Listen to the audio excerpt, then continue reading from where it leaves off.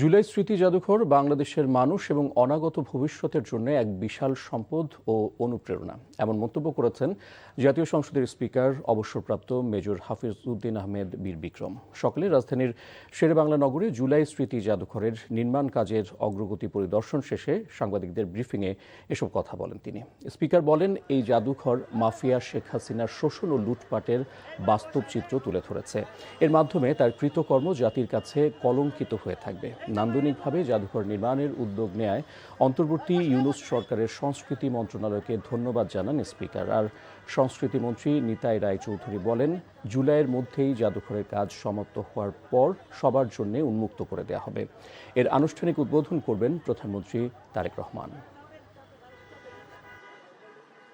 জুলাই আগস্টের যে মহান গণ অভ্যুত্থান, এটি বাংলাদেশের মানুষকে যুগ যুগ ধরে অনুপ্রাণিত করবে।